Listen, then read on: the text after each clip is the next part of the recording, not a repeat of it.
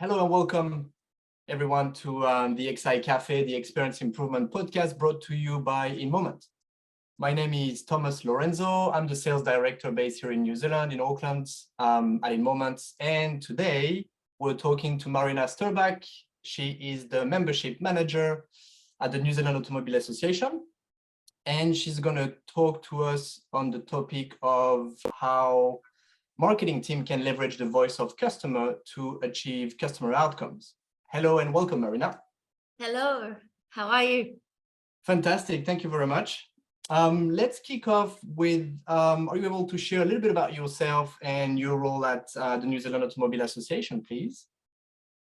Oh, you're starting off easy. Okay, a little bit about me to give context to today, I guess, is going back as far as I can remember, I've always been interested in human behavior. And I remember noticing the difference in family dynamics on my mom's side and on my father's side of the family. And I didn't understand the differences or why or how they came about, but I understood the way they made me feel. And I knew what I preferred. So why couldn't I just have it all consistent in my preferred way the whole time? The answer is I don't know. I still don't know. But I can tell you that it's partly to do with our nature and partly to do with nurture. And so the desire to understand human behavior persisted in my youth and teenage years. So I went on and I studied psychology at University of Auckland. Got as far as postgrad before I realized that I wasn't quite ready for that deep dive. It takes a certain level of emotional maturity that I simply didn't have at the time, and I probably still don't. Hats off to all of the psychologists out there. Anyway, so like any I need a new job BA undergrad, I went and I got a postgrad in something that was more likely to result in a job. In my case, that was public relations and communications postgrad, and that was what landed me my first marketing job here at Auckland with Burger Fuel. My first marketing job was fun, it was lovely, but I had friends over in Sydney who were doing the same stuff as me, had the same experience as me, but they were getting like $20,000 more a year than I was. And I mean, $20,000 is still a lot of money, but back then and when it's your first job, like think about going from $40,000 to $60,000. It was just huge. So I was like, okay, I'm gonna try my luck in Sydney as well. And my first job there, it did take me a couple of months to get my first job, but I got a job in an agency, and the main account there was Coca-Cola. We did absolutely everything for them. We were a truly through the line agency. And the reason I mentioned that job specifically is that it taught me a lot, and it provided me with the understanding that I can really connect the human behavior stuff that I like so much with the marketing outputs. And a memory that really kind of stuck with me is having to get up at 4 a.m. because the marketing team at Coca-Cola wanted to do a journey mapping exercise for a new product. And as a part of that journey mapping exercise, they wanted us all to go to petrol stations. So this is the marketing team and the agency together. So we're there at petrol stations before the sun comes up, and we have to look at our target audience, and we have to see who's purchasing the drinks. That we kind of knew a lot of it was going to be tradies. That's why we were up so early. And we had to note down anything that we noticed around their journey, exactly what they do and how they do it as they're getting their drink. And we also had to interfere with their journey and go, hey, what would it take for you to buy another energy drink today? And so it was a fun task, and it really put the customer at the center of a product, or the development of a product and the advertising around it. And it's kind of what gave me the foundation for the customer centricity standards that I have today, or that I like to think I have today. That's awesome. That's awesome. Yeah, sorry, you go. No, you go. Oh, no, I was just thinking, yeah, that's good to see the background here and where it leads to your role today. So I'm interested to hear perhaps around what is the structure of your team now? I mean, knowing your whole background and at AAA, what's the structure of your team, and what is your team looking after on a daily basis when you link that between marketing and VoC? So we are a small team of 4 very diverse humans with vastly different backgrounds. You know, we've got a mathematician, we've got a marketer, we've got a UX UI designer, but that's what we need in order to get this job done, the membership experience job done.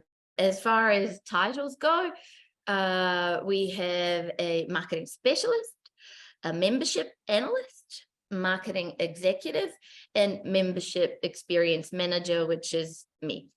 A little bit about each role in a nutshell: the marketing specialist will look after projects and campaign work. The analyst is focused on reporting and dashboards and building propensity models.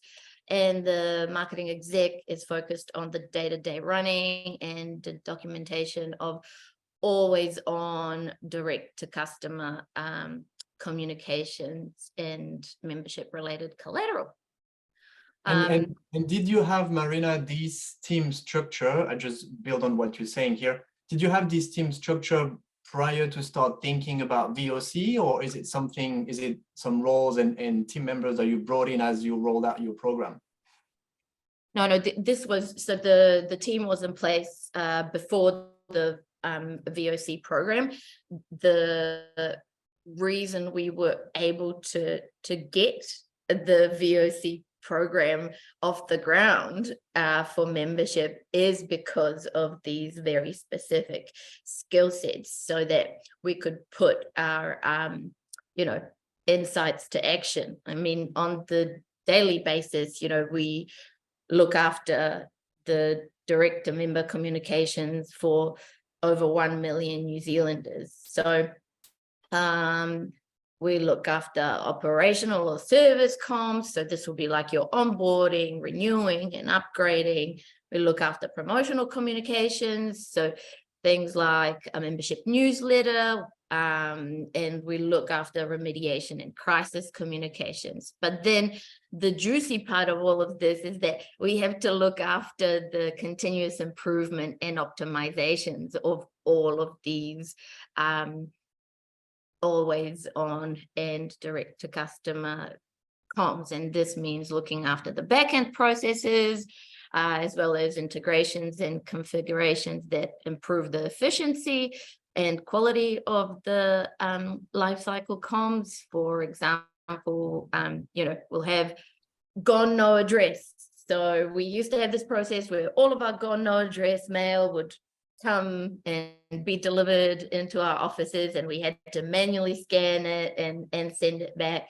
But what we did is we automated the process, so nothing comes to us. It goes directly back to our mail house. It's scanned and uploaded into our database on a daily rotate, and then we have a triggered email that's sent to our members, letting them know, hey, your address is out of date, please update it, in a much nicer way. And obviously we don't do all of this ourselves. So we will lead the projects and identify what's needed where, and then we work with the rest of the business and external companies like our Mail House, for example, and the Gono address to make this happen. Interesting, fascinating. What's the so building on that again, so you have your strong team in place and then you bring the VoC ID into that motion. So how did you get the program off the ground, and what were some of the bumps you've experienced along the way? Oh, this is a fun one. Yeah. So like I mentioned before, that it was lucky that the team had the skill set that they did. And that's how we got the program off the run. But just backtracking a little bit. So I was given the task of setting up originally. I was given the task of setting up a company-wide voice of customer program, and I got so excited. I mean, I was so excited. I boomeranged back to the AA after 2 years of working for a finance company, just for the opportunity. That's how excited I was. So, you know, back to the task of that, setting up a company-wide voice of customer. As any good old project manager, you'll set out your stakeholders and you will go and start your chats with them. And my chats with my stakeholders went really well. Everybody was really excited. They were on board with having a consolidated voice of customer program. And for me, this was great news, you know, like just having positive feedback and the desire. You know, there was no, oh, I don't know if we need this. Everybody was kind of like, yeah, this is something that we need. So I started talking resource and budget with everyone, because obviously for a company-wide voice of customer, you're going to need each business unit that's taking part to contribute in some way, shape or form. And this could be in terms of budget or in terms of resource, so that the insights that you do gain from your voice of customer are able to be actioned. So once we started talking about, you know, could we go live this year, that how many people could support when, and could we put this much budget against it for this year, that's when the conversation became more difficult, or that was our first bump along the road, as you put it. Not many stakeholders were ready to commit the resource and the budget for the year. And I mean, I didn't really blame them for a little. There were massive factors at play. And for those who don't know, NZAA, this was last year, we had just appointed a new CEO. We were over halfway through the financial year, so budgets were already used up and planned. So it was hard to kind of pull some into a new project. But we had a new strategy, so a new business strategy was being developed, and with the new CEO, the new strategy, you can imagine how for people leaders and business leaders, it is really hard to commit to something new before this business strategy came out. So a few conversations, a lot of conversations, and a few weeks later, I got told to put the project in the backlog until we have a new company strategy. I was heartbroken. Oh no, I don't want to put it in the backlog. And I couldn't help but go, but what can I do? What can I progress? And naturally, you know, my team, and we're in the membership team. So I was like, okay, maybe we could just do a membership thing, focus on our little realm. So I parked the company-wide voice of customer dream, which is still a dream. And I developed a new business canvas to build a membership voice of customer program that focuses on key journeys in the membership life cycle. And again, sometime as in a few months of back and forth, and then,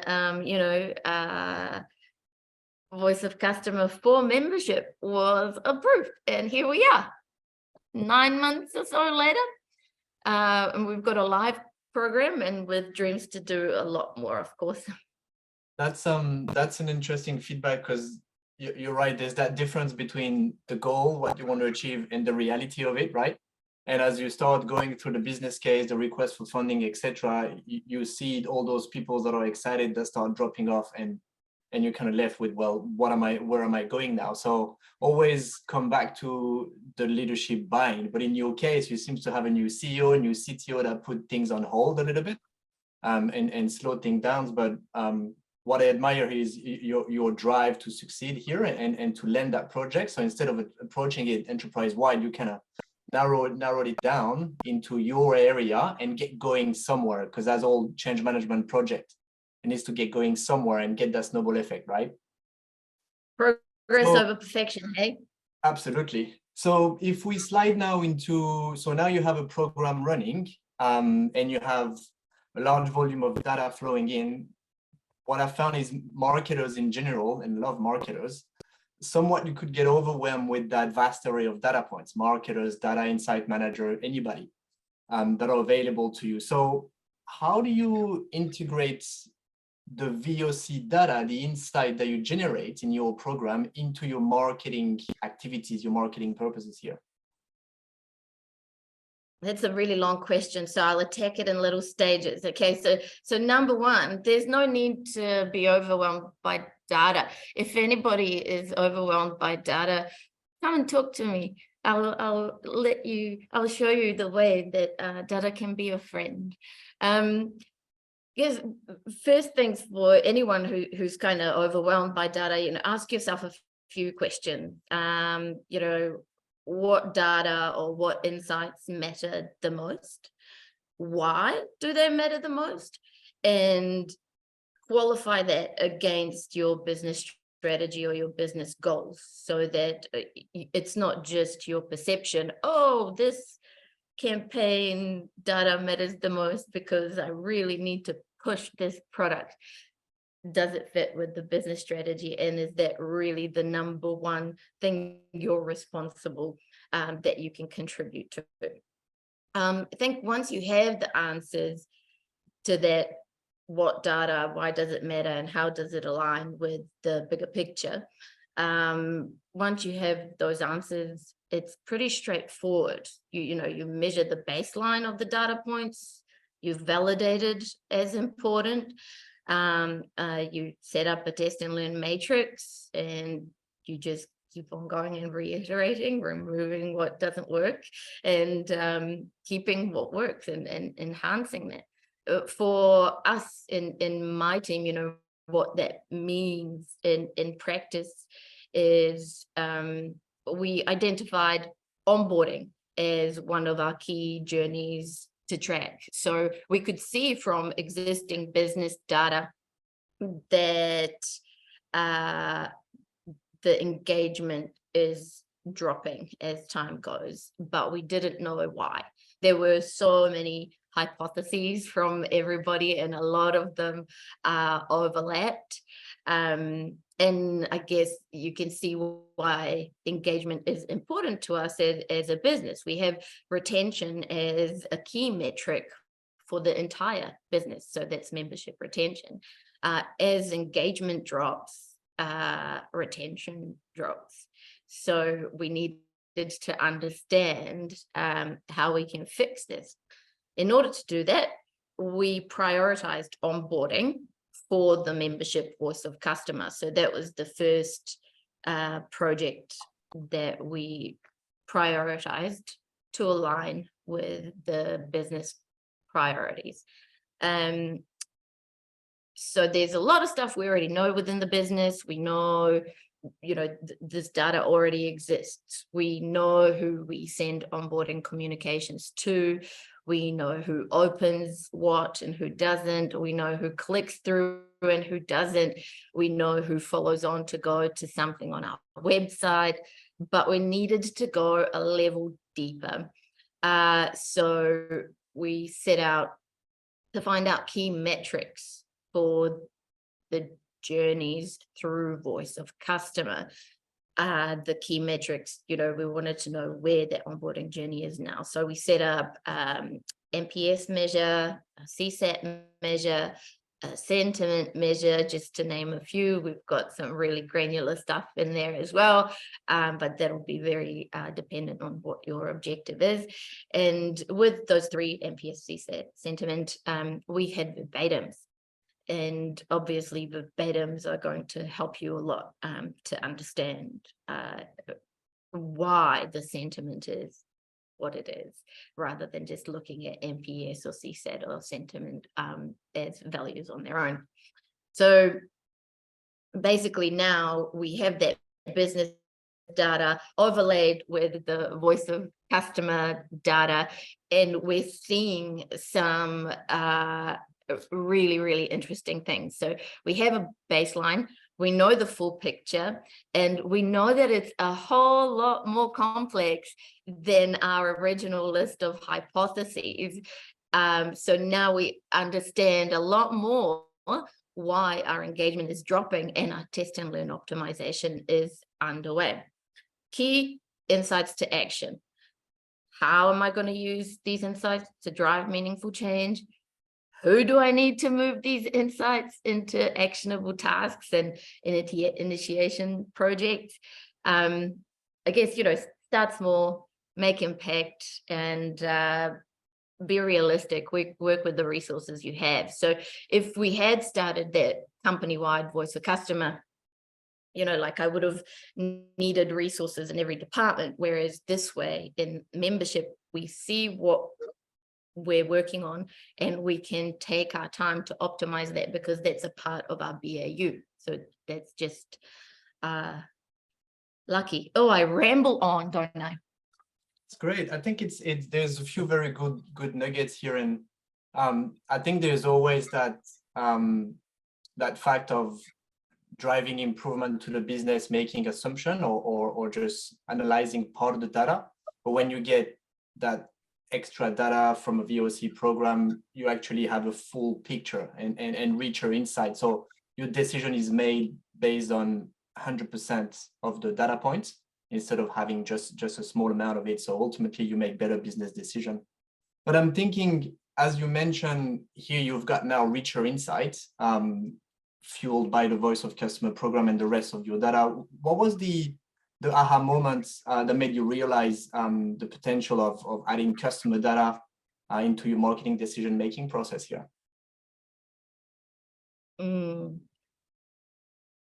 think because I've been in the direct-to-customer space for way over a decade.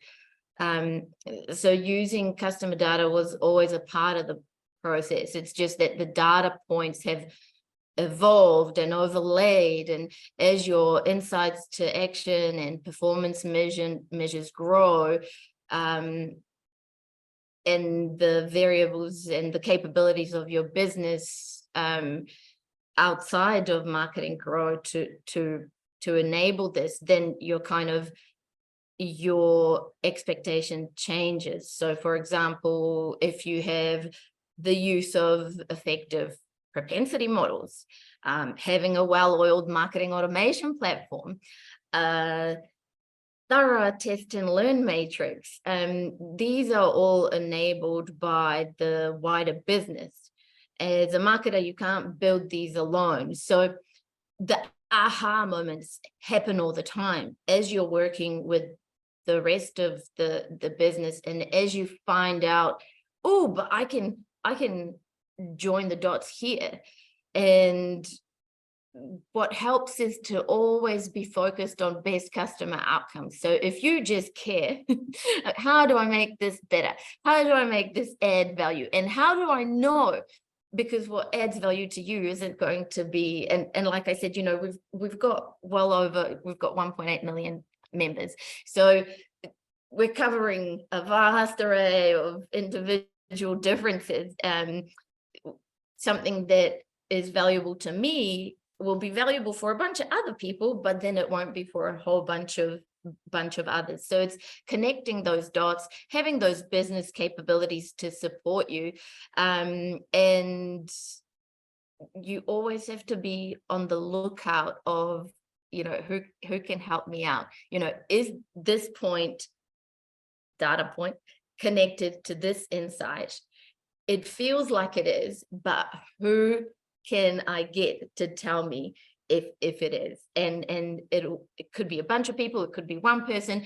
And so you kind of go through these evolutions of what you're tracking and the kind of impact it can make, and the overlays between those are what kind of result in the aha moments. I mean, just imagine, you need to send out an email about a new offer or a product, and all you have in your database is a first name and a last name and an email.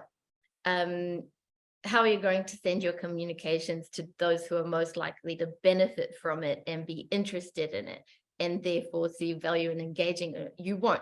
You'll just do send all and you'll get unsubscribed. Someone unsubscribed, they'll just leave you your next email unopened or mark you as spam eventually.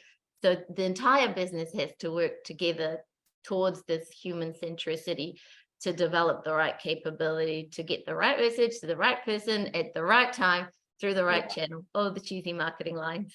I hear you saying that indeed those data points that you had from the marketing side and the VoC insight that you get help you kind of make better communication out to your members, and in order to serve them as best as possible, depending their age group, their propensity to buy, the current product they have on hand. So you can tailor the marketing communication because you have better information, right? Absolutely. So just earlier you mentioned that you started your program in the membership area. So how are you planning now to further grow the VoC program, always to improve that effectiveness on your marketing activities? Something that's definitely in the pipeline is journey mapping. So journey mapping with stakeholders throughout the business to identify our pain points, align on those pain points, and use those customer journey workshops to prioritize the next addition to the voice of the customer, and measuring performance in those, just like we've set for the onboarding and for our renewals, to do the same for the next prioritized thing. And so as soon as you get everyone along for the journey and those key pain points are identified and agreed on, you can always get the data that's within the business to validate those key pain points, because everyone's going to have a different opinion on what the most painful thing is and what those points of friction are. But you can always grab some data, how many drop off, what's the drop off rate of a join form, or how many people abandon a phone call. You can kind of get those to identify the biggest pain point. You start with that, and then measuring performance, like I said. So prioritize, measure, show. So show you're adding value, and that's how I plan to grow. I hope they let me. Maybe they'll see my plans and stop me. And always, I imagine, as you said, just tie back those priority of growth and enhancements towards your strategy. I imagine always have that link. So you always have your why that drive that purpose to do so at an organization level. That's amazing. Thank you for sharing all that, Marina. Just for sake of time, I've got one more question I wanted you to kind of touch on, and that's one of my favorite, because usually you can leave with quite a few more nuggets here for our audience. What would you advise for marketers that are just about dipping their toes into VoC? What are some of your feedback and advice you can bring up here? Care and jump in with empathy. understand the connection between employee experience and member/customer experience. You can't have one without the other. And always be curious. You ask the questions and use the data you can just to get anything off the ground. Identify your pain points. Talk to me if you're lost. I'm always here to talk work because it's fun. So yeah, care, be empathetic, be curious.